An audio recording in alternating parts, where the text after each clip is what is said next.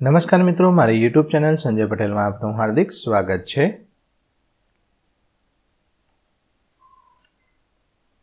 મિત્રો, આજે આપણે ધોરણ 5 વિષય છે ગણિત, તેનું પ્રકરણ 12. પ્રકરણનું નામ છે સ્માર્ટ ચાર્ટ્સ.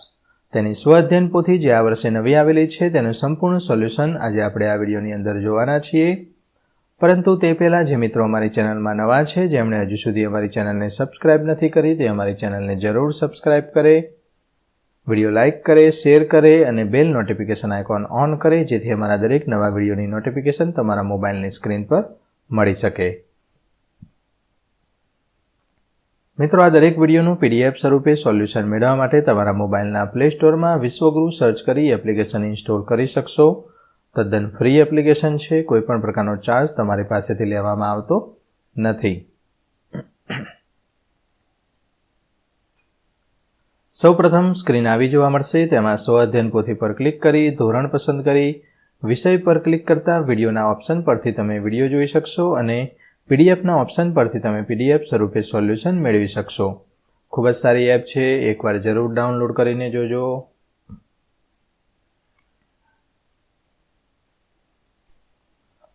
ચાલો સોલ્યુશન શરૂ કરીએ. તેમાં એકમના મુખ્ય મુદ્દા છે, આ તમારે સમજી લેવાના છે.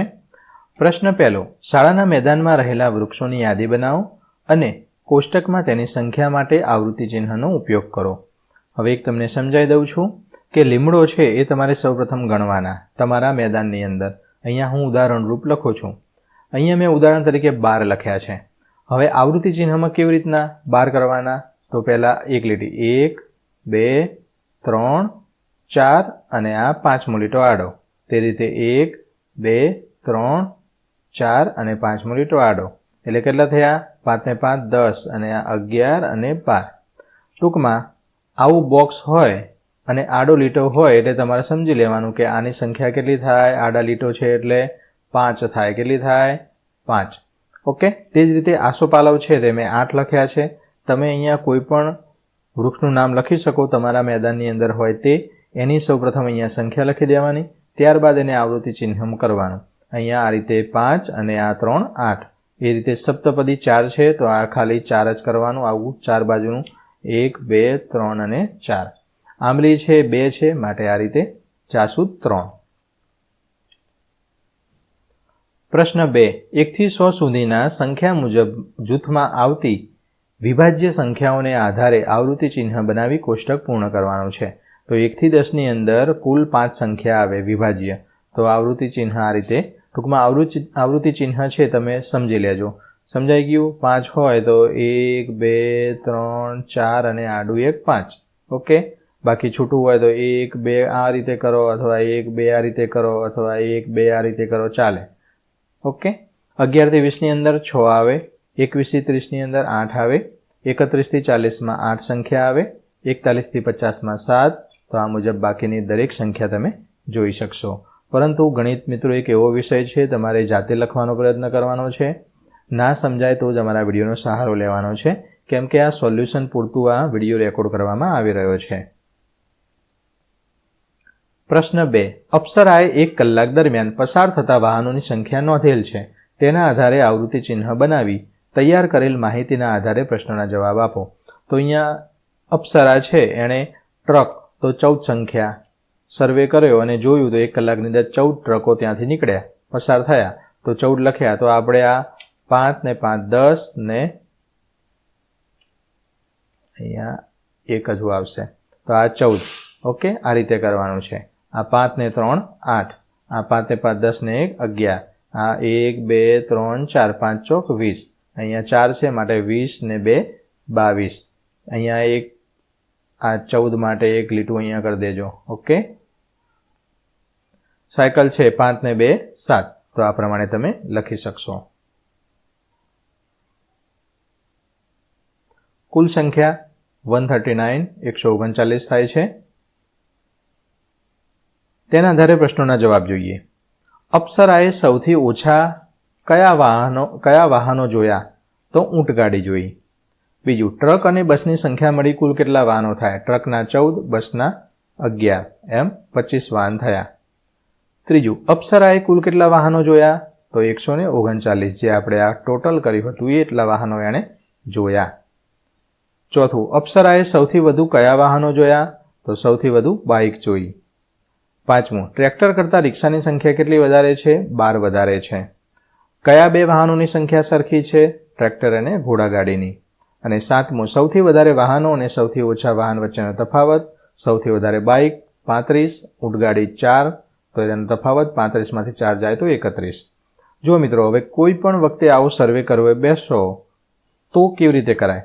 એક બાઇક ગયું તો બાઇકના ખાનામાં 1, ઊંટગાડી ગઈ, ઊંટગાડીમાં આ રીતે. આ આવૃત્તિ ચિહ્ન ઉપરથી જ તમારે કરવું પડે.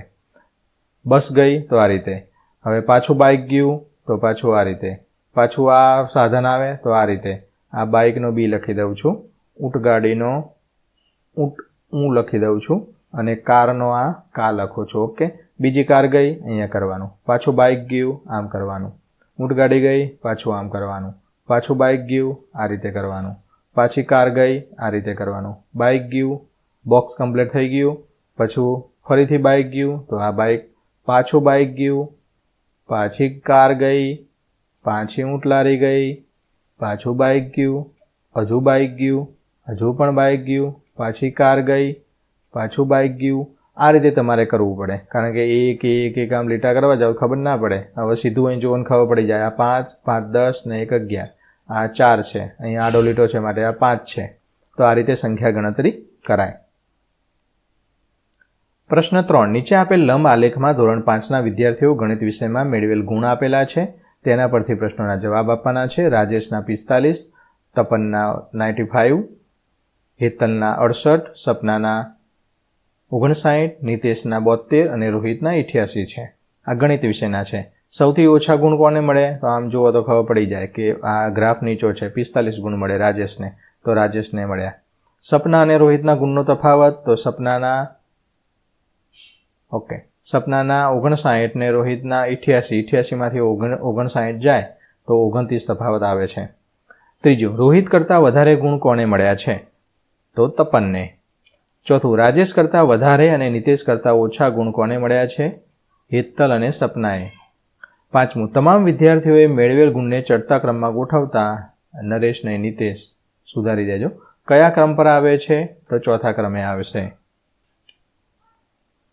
મિત્રો, વિડીયો તમને કેવો લાગ્યો કોમેન્ટમાં જરૂર જણાવો. વિડીયો લાઇક કરો અને મિત્રોને શેર કરો અને દરેક વિડીયોનું PDF સ્વરૂપે સોલ્યુશન મેળવવા વિશ્વગુરુ એપ ઇન્સ્ટોલ કરો. પ્રશ્ન 4, સ્તંભાલેખ બનાવવાનો છે.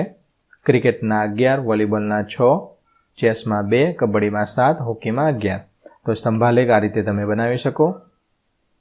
સ્ક્રીન થોડી નાની કરું એટલે સમય જાય. ઓકે, ક્રિકેટ માટે અહીંયા નીચે છે એ રમતો લખેલી છે, અહીંયા ખેલાડીની સંખ્યા લખેલી છે આ બાજુ. હવે ક્રિકેટ માટે કેટલા જોઈએ છે? આ બે વચ્ચેનો તફાવત કેટલો છે? 10 અને 1, 11. અહીંયા 11 આવે તો અહીંયા સુધી આ રીતે આલેખ દોરવાનો છે. વોલીબોલ માટે 6, તો આ 6ની સામે આટલું દોરવાનું છે. એની ઉપર પણ તમે લખી શકો, અહીંયા 11, અહીંયા 6, અહીંયા 2 છે તો અહીંયા ચેસમાં 2, અહીંયા કબડ્ડીમાં 7 અને આ પાછા 11. આ બંને ક્રિકેટ અને હોકી બંને સરખું છે. પ્રશ્ન 5, તમારી શાળામાં ધોરણ 5ના વિદ્યાર્થીઓની ગત માસની હાજરીના દિવસોના આધારે લંબ આલેખ બનાવવાનો છે. અહીંયા હાજરી મેં લખી દીધી છે. અહીંયા મેં આશરે બધા નામ લખ્યા છે. તમે તમારા મિત્રોના નામ લખી શકો અને તેમની હાજરી તમારે અહીંથી મેળવી લેવાની છે. હવે સ્તંભાલેખ માટે સૌથી પ્રથમ નીચે વિદ્યાર્થીઓના નામ, ઉપર તેની હાજરી. દરેક વચ્ચે આ પ્રમાણ માપ કહેવાય. દરેક વચ્ચે 5નો ગેપ છે. 5 પછી અહીંયા 6, 7, 8, 9 અને આ 10. તે રીતે 11, 12, 13, 14 અને આ 15. 15 છે તો આ 15ની સામે અહીંયા આ રીતે દોરવાનું. ઓકે, તે રીતે 19 છે તો અહીંયા 4 લીટા હોય. 15, 16, 17, 18 અને આ 19 અને આ 20. તો 19ની સામે અહીંયાથી આટલે સ્તંભાલેખ દોરાય. તો આ રીતે સૂરજનું છે. તે જ રીતે 23, 20 અને 25 આ રીતે તમે દોરી શકો.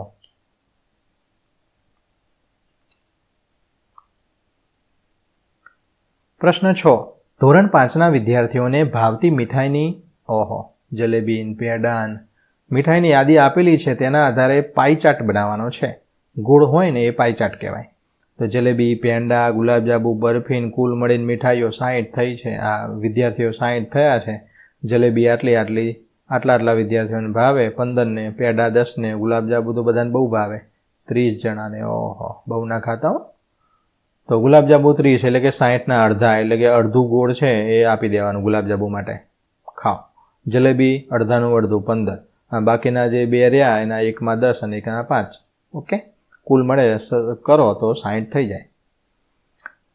7મું, ધોરણ 4ના વર્ગખંડના વિદ્યાર્થીઓને ગમતા કલરની માહિતી આપેલ છે. તેના આધારે પાઈ ચાર્ટ બનાવી નીચેના પ્રશ્નના જવાબ આપો. કલરનું નામ આપેલું છે.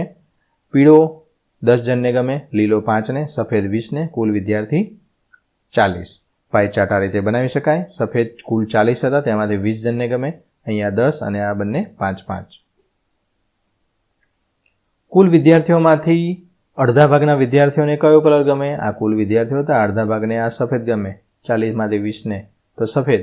કુલ વિદ્યાર્થીઓમાંથી ચોથા ભાગના વિદ્યાર્થીઓને કયો કલર ગમે છે? તો પીળો. ચોથો ભાગ એટલે 40ના અડધાના અડધા, 40ના અડધા 20, 20ના અડધા 10, 10 પીળો, અડધાના અડધા, ચોથો ભાગ. ત્રીજું, કયા 2 કલર સરખા વિદ્યાર્થીઓને સરખા ભાગે પસંદ છે? તો આ 5 લીલો, 5 લાલ, લીલો અને લાલ. પ્રવૃત્તિ આપેલી છે, પ્રવૃત્તિ કરવાની છે. તો મિત્રો, આશા રાખું કે આ વિડીયો છે તેનું સોલ્યુશન તમને સારી રીતે સમજાઈ ગયું હશે. વિડીયો લાઇક કરો અને મિત્રોને શેર કરો. દરેક વિડીયોનું PDF સ્વરૂપે સોલ્યુશન મેળવવા વિશ્વગુરુ એપ ઇન્સ્ટોલ કરો. ફરી મળીશું આગળના વિડીયોમાં. ત્યાં સુધી આવજો.